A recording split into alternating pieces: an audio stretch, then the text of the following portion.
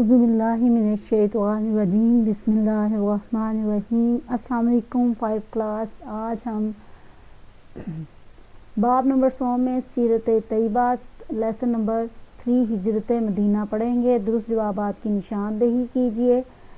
تو اعلان نبوت کے بعد آپ صلی اللہ علیہ وآلہ وسلم نے مکہ مکرمہ میں قیام کیا۔ 13 سال تک نبی اکرم صلی اللہ علیہ وآلہ وسلم نے غار ثور میں قیام کیا۔ 3 دن تک اللہ تعالیٰ نے آپ صلی اللہ علیہ وآلہ وسلم کو کفار کی سازش کی اطلاع دی۔ حضرت جبرائیل علیہ السلام کے ذریعے آپ صلی اللہ علیہ وآلہ وسلم کو قریش کے کس سردار کی تجویز پر نعوذ باللہ قتل کرنے کا منصوبہ بنایا گیا؟ ابو جہل۔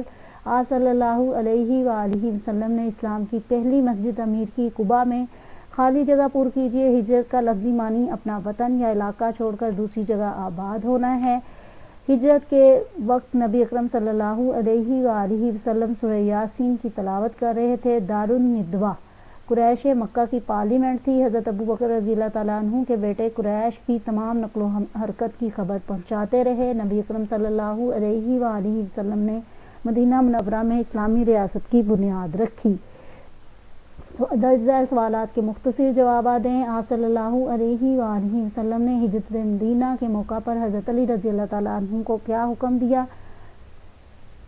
یہاں پہ جی کو ٹھیک کر دیتے ہیں کو۔ ہجرت مدینہ کے موقع پر آپ صلی اللہ علیہ وآلہ وسلم نے سفر پر نکلنے سے پہلے حضرت علی رضی اللہ تعالیٰ عنہ کو حکم دیا کہ وہ آپ صلی اللہ علیہ وآلہ وسلم کے بستر پر لیٹ جائیں اور جو امانتیں کفار نے آپ صلی اللہ علیہ وسلم کے پاس رکھوائی ہیں وہ صبح جو ہے وہ کفار مکہ کو واپس کر دیں اور مدینہ جو ہے وہ چلے جائیں۔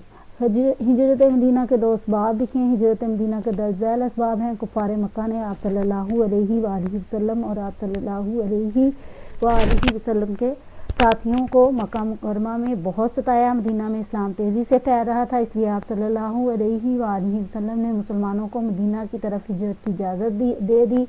مدینہ کے لوگوں نے اسلام اور آپ صلی اللہ علیہ وآلہ وسلم سے وفاداری کرنے کا وعدہ کیا تھا۔ آپ صلی اللہ علیہ وآلہ وسلم کے خلاف قریش مکہ نے قتل کی سازش کی، جس کی خبر اللہ کے حکم سے آپ صلی اللہ علیہ وآلہ وسلم کو حضرت جبرائیل علیہ السلام نے دی۔ نبی اکرم صلی اللہ علیہ وآلہ وسلم نے حضرت ابو بکر رضی اللہ تعالیٰ عنہ کو کن الفاظ میں تسلی دی؟ کفار نے آپ صلی اللہ علیہ وآلہ وسلم کی گرفتاری کروانے والے کو انعام دینے کا اعلان کیا تو بہت سے لوگ انعام کی لالچ میں آپ صلی اللہ علیہ وآلہ وسلم کی تلاش میں نکل کھڑے ہوئے۔ ان میں سے چند ایک آپ صلی اللہ علیہ وآلہ وسلم کو تلاش کرتے ہوئے غار ثور تک پہنچ گئے، جس پر حضرت ابو بکر رضی اللہ تعالیٰ عنہ نے اپنی بے چینی کا اظہار کیا تو نبی صلی اللہ علیہ وآلہ وسلم نے فرمایا، غم نہ کرو، اللہ تعالیٰ ہمارے ساتھ ہے۔ کفار مکہ نے نبی صلی اللہ علیہ وآلہ وسلم اور حضرت ابو بکر رضی اللہ تعالیٰ عنہ کے حوالے سے کیا اعلان کیا؟ کفار مکہ نے اعلان کر دیا کہ جو شخص آپ صلی اللہ علیہ وآلہ وسلم کو اور ان کے ساتھی کو گرفتار کر کے لائے گا اسے 100 اونٹ انعام میں دیے جائیں گے۔ تفصیلی جوابات دیں۔ ہجرت مدینہ میں حضرت ابو بکر رضی اللہ تعالیٰ عنہ کے کردار کی وضاحت کریں۔ ہجرت مدینہ میں حضرت ابو بکر رضی اللہ تعالیٰ عنہ کا کردار بہت اہم رہا۔ بحیثیت ایک ہمراز حضرت ابو بکر رضی اللہ تعالیٰ عنہ کو آپ صلی اللہ علیہ وآلہ وسلم نے اللہ تعالیٰ کی طرف سے ہجرت کے حکم کے بارے میں آگاہ کیا، یعنی اللہ نے آپ کو ہجرت کا حکم دیا تو یہ بات صرف آپ نے حضرت ابو بکر رضی اللہ تعالیٰ عنہ کو بتائی، تو آپ رضی اللہ تعالیٰ عنہ نے آپ صلی اللہ علیہ وآلہ وسلم کا یہ راز کسی دوست تک کو نہ بتایا، بلکہ ہجرت کے اس سفر میں آپ صلی اللہ تعالیٰ علیہ وآلہ وسلم کا بھرپور ساتھ دیا۔ حضرت ابو بکر رضی اللہ تعالیٰ عنہ نے آپ صلی اللہ علیہ وآلہ وسلم کے سفر کے لیے سواری تیار کی اور ہجرت کے لیے نکلنے سے پہلے اپنے گھر والوں کو اس سفر سے متعلق ذمہ داریاں سونپیں اور اس سفر کی خبر کو مکمل راز میں رکھنے کا کہا۔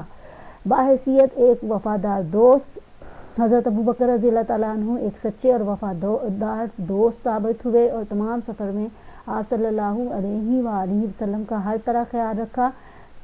یہاں سواری جب جو ہے غار ثور کے پہاڑ کے قریب پہنچتی ہے تو حضرت ابو بکر رضی اللہ تعالیٰ عنہ جو ہیں وہ حضور صلی اللہ علیہ وسلم کو اپنے کندھوں پر اٹھا لیا تھا انہوں نے، اور وہ حضور صلی اللہ علیہ وسلم کو کندھوں پر اٹھا کے جو ہے وہ غارے جو ہے وہ سور تک لے کے گئے، اور پھر حضرت ابو بکر رضی اللہ تعالیٰ عنہ نے اپنا کرتا مبارک سے ٹھیک ہے جی اپنی شرٹ جو ہے وہ اتاری، اور آپ صلی اللہ علیہ وآلہ وسلم کے لیے غار سور میں جو ہے وہ جگہ کو صاف کیا تاکہ آپ صلی اللہ علیہ وسلم تشریف فرما ہو سکیں، اور حتیٰ کہ آپ صلی اللہ علیہ وآلہ وسلم غار سور میں قیام کے دوران حضرت ابو بکر رضی اللہ تعالیٰ عنہ کی گود میں سر رکھ کر آرام فرماتے تھے۔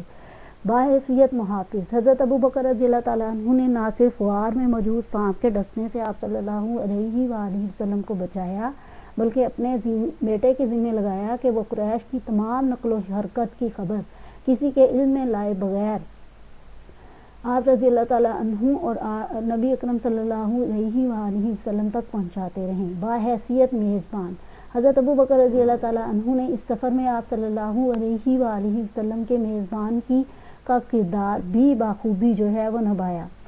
آپ رضی اللہ تعالیٰ عنہ نے حضرت اسماء رضی اللہ تعالیٰ عنہ جو ان کی بڑی بیٹی ہیں ان کے ذمہ داری لگائی کہ وہ غار سور میں تازہ کھانا آپ صلی اللہ علیہ وآلہ وسلم کی خدمت میں پیش کرتی رہیں، اور ایسا ہی ہوا ٹھیک ہے جی۔ گویا حضرت ابو بکر رضی اللہ تعالیٰ عنہ ہی نہیں بلکہ آپ رضی اللہ تعالیٰ عنہ کا پورا خاندان جو ہے وہ ہجرت کے اس عمل میں جو ہے وہ آپ صلی اللہ علیہ وآلہ وسلم کا جو ہے وہ معاون رہا۔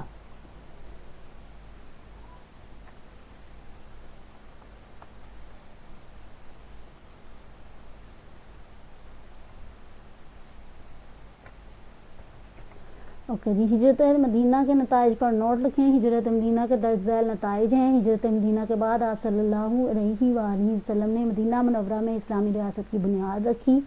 ہجرت مدینہ کے بعد آپ صلی اللہ علیہ وآلہ وسلم نے مسجد نبوی صلی اللہ علیہ وسلم تعمیر کی۔ مدینہ منورہ کی صورت میں مسلمانوں کو ایک مضبوط مرکز مل گیا، اسلام کی اشاعت کا نیا دور شروع ہوا اور اسلام پورے عالم میں پھیل گیا۔ مسلمان معاشی طور پر خوشحال ہو گئے، مسلمانوں کو قریش کے مظالم سے نجات ملی، قریش مکہ کا دوسرے قبائل پر رعب و دبدبہ کم ہو گیا اور ان کی سیاسی ساکھ کو نقصان پہنچا، کیونکہ ارد گرد کے قبائل نے جب اسلام قبول کرنا شروع کر دیا تو خاص طور پہ مدینہ کے قبائل نے، تو عرب کے باقی قبائل کو بھی حوصلہ ہوا کہ وہ کھل کر اسلام کی حق میں جو ہے وہ بات کر سکیں اور اسلام قبول کر سکیں۔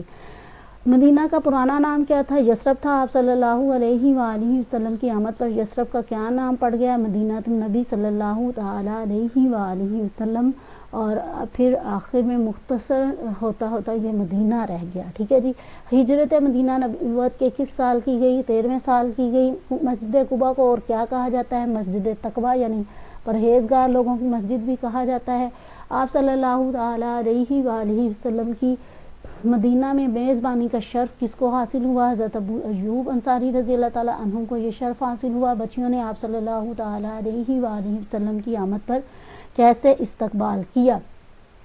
گیت گا کر ٹھیک ہے جی۔ مدینہ سے پہلے کون سی بستی میں آپ صلی اللہ تعالیٰ علیہ وآلہ وسلم نے قیام کیا؟ قباء میں قیام کیا۔ اس کے ساتھ آپ کا یہ ٹاپک مکمل ہو گیا۔ اجازت دیجیے۔